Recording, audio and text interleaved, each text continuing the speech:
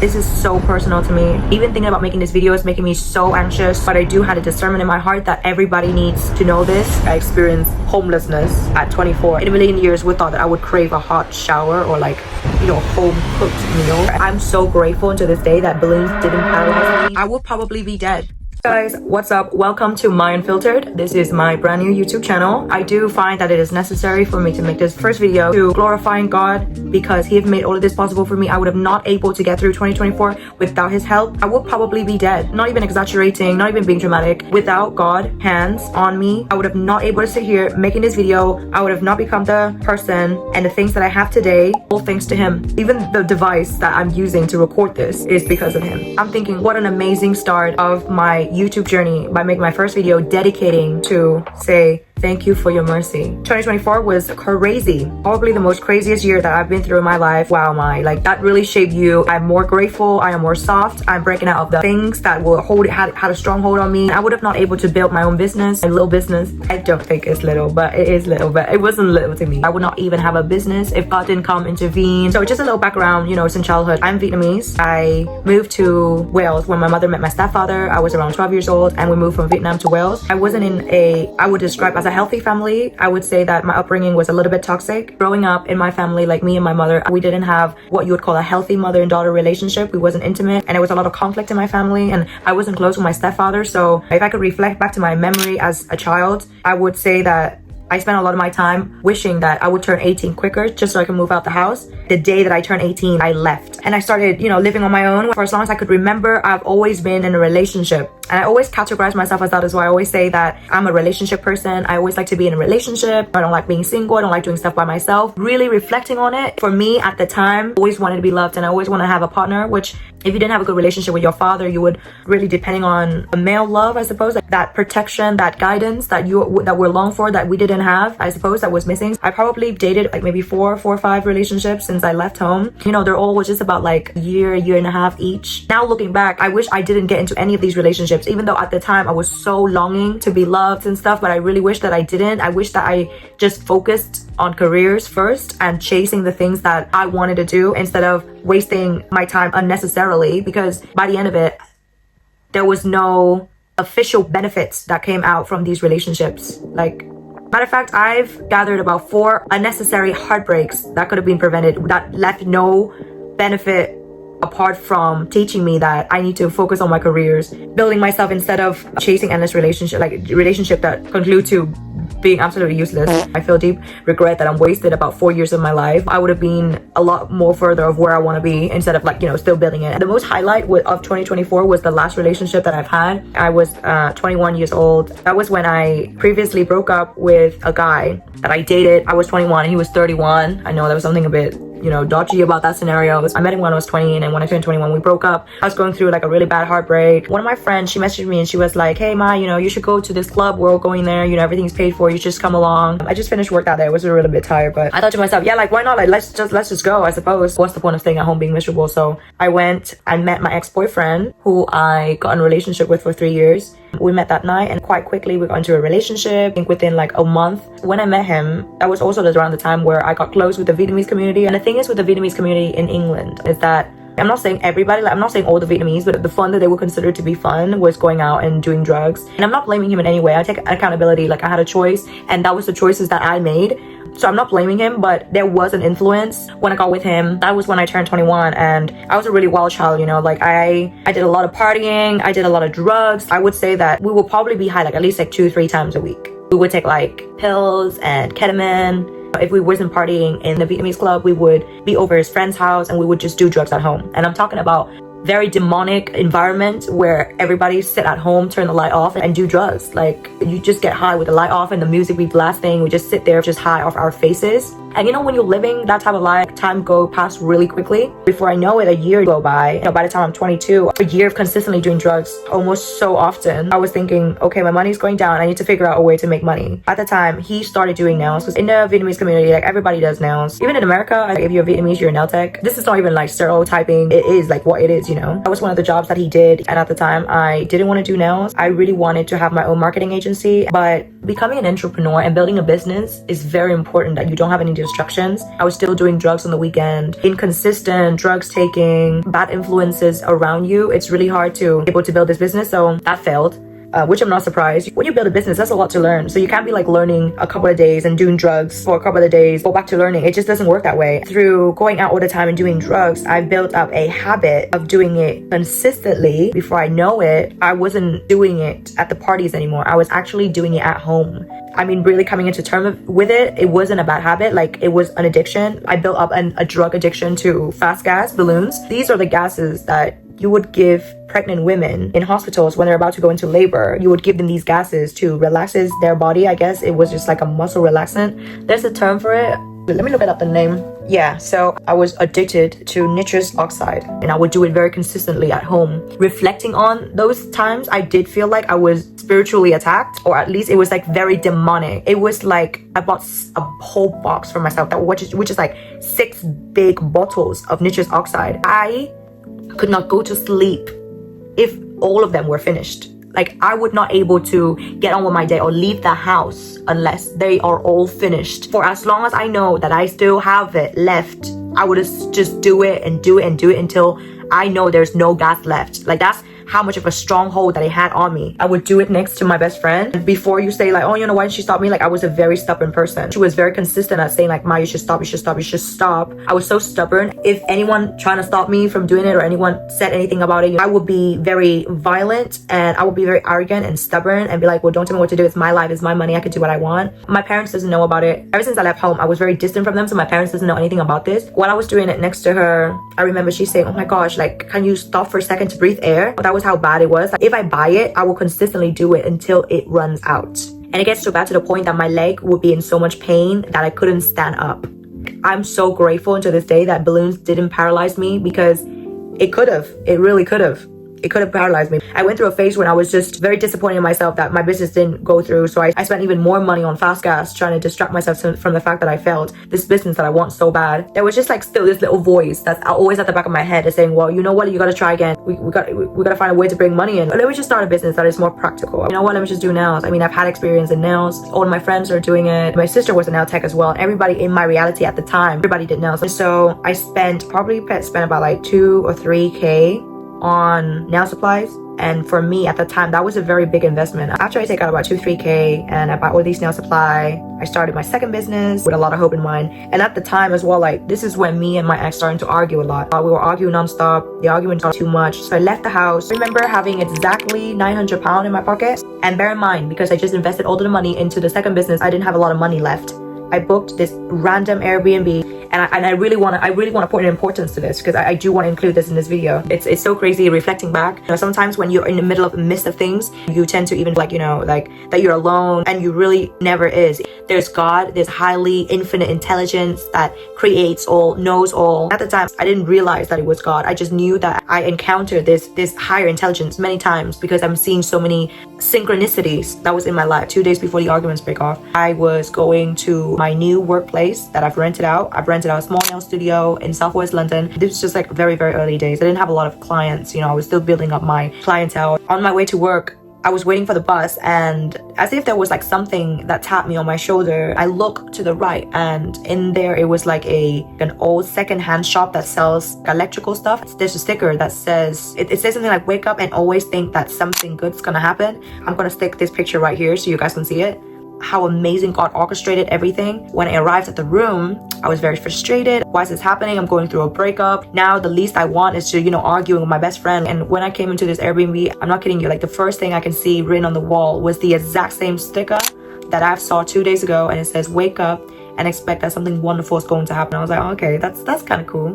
By the point that I've arrived in this Airbnb, I probably had exactly £800 or £900 in my pocket. I had nowhere to go, and I don't have enough money to sustain myself. I couldn't afford to live or find a place. I booked several different Airbnbs, and around this time my money was going down. To top that wonderful situation off, even though I had no money, I was using the money that I didn't have to buy nitrous oxide. And I remember sitting in this Airbnb, blowing up one balloon after the other, and reached out to God. And I said, God, if you can hear me right now, please help me, because I don't know how I could get out of this. My pride was so high that I could not bear going to my best friend's house or going back to my ex-boyfriend's house. I couldn't face it. When this money's going down, I would be homeless. Going back to my parents' house was not an option that I wanted to take. I didn't want them to think, you know, after leaving the house for that many years, for like 3-4 years, and like moved to London, live independently, I was going to return a failure, lost everything and like have nowhere to go, you know, on top of that be addicted to drugs. Like, no, that was not an option for me. Like, going home was not an option. Going back to my ex was not an option. Going to my best friend's house was not an option. So I was quite desperate at that time. After I prayed, I passed out asleep. When I woke up, I had a very strong intuitive leading, and the leading was telling me post on Facebook and post for an advert. And I went to Facebook, make a post, and I said, hi, I'm a nail tech in Southwest London. If anyone got a space for a nail tech, like, let me know. I remember waiting about 2 hours. This woman, she reached out to me saying, I have a space, come over. I'd really like to show you around. And in my head, I'm thinking to myself, okay, cool, you found someone, but how are you gonna pay them rent? Like, at this time, you didn't have no money. I probably have exactly £600 in my pocket. If you live in London, 600, you can't do much with 600. When you're talking about renting a place, like renting a working space, you're gonna have to put down deposit, you're gonna have to put down rent. Like, there's no way that this would be possible. This is gonna be a total waste of time. What, you can't afford the rent anyway. But something inside me just saying, you know what, just go and see, just go and take a look. I went over and she appeared to be like a very old lady. She's like about 70 years old. When I came over to her, she sat me down and she says, I gotta be honest, my business is failing since COVID. It's been empty for a while now, and I was hoping that instead of renting it, perhaps you would agree for us to do a commission. And in my head, I'm thinking, hold on a second, like, something about this too good to be true. I just prayed to God last night, and less than 24 hours, I got an answer. Just like that, overnight. 60% of my problems was solved. Now I have a place to generate money that won't put me under a lot of pressure that I have to afford rent. I moved out that Airbnb that day. The next morning, I came into the salon, unpacked all my stuff, and I got the video right here where I made a reel when I first moved everything in. I was so stoked to receive such a nice place. Like, she has quite a very, I would consider it as a very nice place. It was so great and so cute. It was like a lot more spacious than the previous place that I had, which I couldn't afford. When I moved in, everything was really great. But in my head, I'm thinking, this is great. I got a place to work, but where am I gonna stay still? So the day that I moved into the nail shop, that salon, I took a walk around and I saw that inside of the salon, there was a room. There's a beauty room on the top floor. There was a beauty bed. And then when I opened up the cupboard, there was blankets in there. It sparks a little bit of hope inside me, and there was a voice, and it came up, and it says, Ma, you could sleep here. I couldn't afford to be in an Airbnb anymore, so I decided to listen to that voice. I stayed in that shop for 3 months. When I say I was homeless, I really meant it. I experienced homelessness at 24. Never in a million years would thought that I would crave a hot shower or like, you know, home cooked meal. In my head, I'm thinking, where am I gonna take a shower? And then that voice instantly tells me, you can shower in the gym. I would sign up to the gym and I would shower in the gym. So I would go and get my clothes washed at the laundrette. There were days where I was like really disappointed and I was really sad because I'm like, my back's really hurting because, you know, sleeping on a beauty bed is not comfortable. And I often get very scared at night. The time that I was sleeping in the shop and spending the night by myself, that is when I start praying to Jesus the most. I would imagine he came in the room and he sat down with me, and that like comforted me. And at the time, I didn't have my best friend, nor I did have my boyfriend. Very alone, I was very isolated. And this is when I was like, talk to God the most. Because after the first miracle that he was giving me, like he gave me a place to work and he gave me shelter. I found a lot of comfort in him. I was praying very often, every single night. And every day I would talk to God because God was all I had. While I was staying there for 3 months, I started to build a good relationship with this lady. I would work in the morning and then, you know, at night when she goes home, I would sleep behind in the salon. One hot summer day, I remember she comes and she says, the landlord has an abandoned studio that's just underneath this shop. By this time, you know, I was just so used to living in the shop. It becomes the norm. Even though the studio was empty for a while, it didn't feel scary to me. The first glance, it felt very peaceful. And the voice has been guiding me to that exact moment. The voice spoke to me again, and the voice was telling me like, Ma, you could live here. And I can hear that very distinctively. And you know what I said? I replied straight back and I said, are you kidding me? I would never live in this place. Look at the wall. It looks so moldy. It's dirty. It's old. I do not want to live here. That's my first reaction and my first thought when I just viewed this place.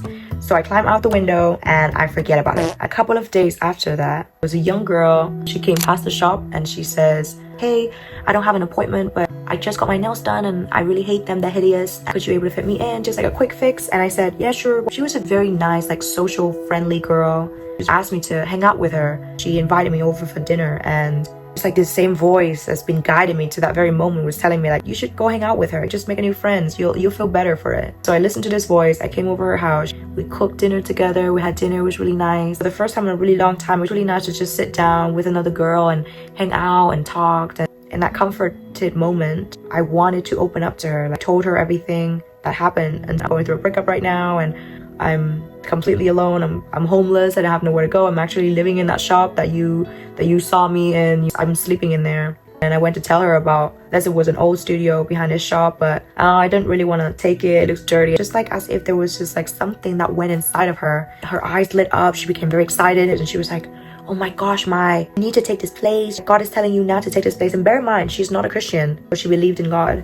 She was just saying to me, I know this place was meant for you, because if it wasn't meant for you, it would not cross your path. Everything that she was saying to me at that moment was just very resonating. And I said to her, well, it may seem great in your eyes, but there was just a lot of renovations need to take in place. Like, I don't know anything about renovation. I've never renovated before. This place would need a lot of work. She was hearing me, and suddenly she says, I'm gonna help you. I'm gonna help you renovate the place. And bear in mind, I don't know this girl. Right away, it was just like as if God had sent an angel to come and speak with me. And there was one thing that she said that stuck with me for forever. As long as this video exists, I'll always remember she said, and I quote, this is exactly word to word what she said, I feel in my spirit that God has done a lot for me. Now I have to give something back. And hopefully maybe in the future, I would invite her. We can make a YouTube video together. But that was the exact word. She says that she feel in her spirit that God has helped her a lot. Now she feels like she needs to give back. And I'm just in complete awe. I'm just like, wow. She was even more excited than me to take this place. And you know what's the craziest thing that I know that God is working and guiding every single second, even when I couldn't feel him, was when she said, this is great because I've recently renovated my house and I have about 3 full pots of paint. She had 3 full pots of paint. What are the chances that this random girl just walked into the shop at the exact time that I needed a messenger, which happens to have renovating equipment like paints in her house, to be at my rescue at that exact moment? At the time, I didn't even realize that that was a rescue. Matter of fact, I still had a lot of doubts about taking the place, but you know, with her help and her encouragement, I took it. I took the place. The moving in process was quick. It was like effortless. Within 1 week, we renovated the whole place. It was done and I moved in. God is now my most favorite thing in the whole world. I didn't have nowhere to go and I didn't have nowhere to work. And within just like 3-4 months, God has sorted out the 2 most important things I need. Just like that, he made that happen. He made a way when I see there's absolutely no way. In London, addicted to drugs, nowhere to go, no money, nowhere to rent. And all I know is that with my own strength, that would have never ever happened. That's when I moved into my new house. That is where I'm sitting to film and to make this video. And that's why at the beginning of the video, I said that without God, this video would have not been possible. So now I have a place to stay and a workplace. The 2 most important things, like basic human needs, was given to me. At this point, I was in awe of God. Let me just be very clear also. If God didn't send me her, I would have never taken this place. In my own opinion of this place, I would have never, ever even think about taking this flat that I'm currently in right now. Nice, one lovely morning, this girl booked in, she got her biap done. Didn't talk most of the appointment. I don't know why, we just didn't talk that much. She wasn't like a talkative person. At the end of the appointment, I was just like, oh, well, you know, so like, what are your hobbies? Like, what do you like doing? And she was just saying that I read books, go to church. And I said, oh, you go to church? Like, you love God? You believe in God? She was like, yeah. And I said, you know what? Me too. I love God. I talk to him every day. I'm like his biggest fan. And she was saying, oh, that's nice. Like, do you go to church? I was like, no. She was like, oh, are you a Christian? I was like, no. And she was like, you should come to my church. There's a church near here. It's only like a couple of stations away from you. And she sent me the address and she'll send me the church details. You should come this Sunday. It'd be really nice to see you. And I said, yeah, sure. Like, I'll come on Sunday. I'll come. But I never end up going. I didn't go. To be honest, that when that Sunday come, I did think about it, but it was just like a swift moment where I'm like, you know what, I've been working all week, I'm tired, I don't want to go. But a couple of days after, she messaged me, asked her to come back and get a new set with me. I gave her a new set and we didn't really speak much. And at the end of it, when she about to leave, she was like, oh, by the way, did you go to church last time? And I said, oh yeah, I didn't go, I was busy. She became very serious and very firm. You need to go to church. Please promise me that you will come to church this Sunday. You need to promise me. And she didn't talk to me all appointment. Now she's like being so serious about it. I'm like, yeah, sure. Like, absolutely. I promise I'm going to come to church. I made my promise. I have to keep my reputation. Like, I got to go. That Sunday came. I walk into church. I must admit, I have never felt so overwhelmed with love.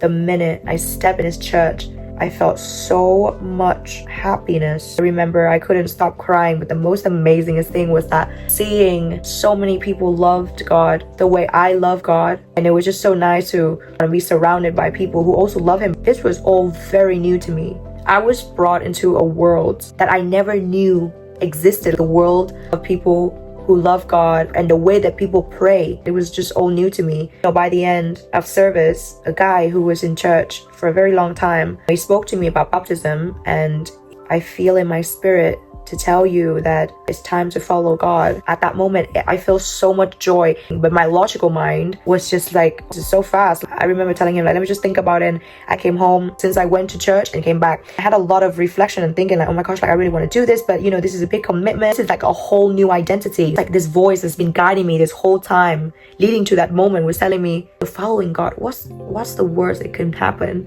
if you follow God? 2 weeks after that, I got baptized. I reflect back to that moment where I called upon God when I was in need, when I was sitting in that Airbnb and I called on him and I said, I need help. And he came. When he called me, after he gave me everything I asked for, he gave me a place to work, a place to live. And now finally, he offered me a choice, because he's a gentleman, right? Like, God is such a gentleman. I didn't feel like, he was holding it against me, like, well, I give you all this thing, like, are you gonna come and follow me? But it was more like a choice. I gave you a house and a business. Imagine how much more I could give you. At least that's what it felt like at that moment.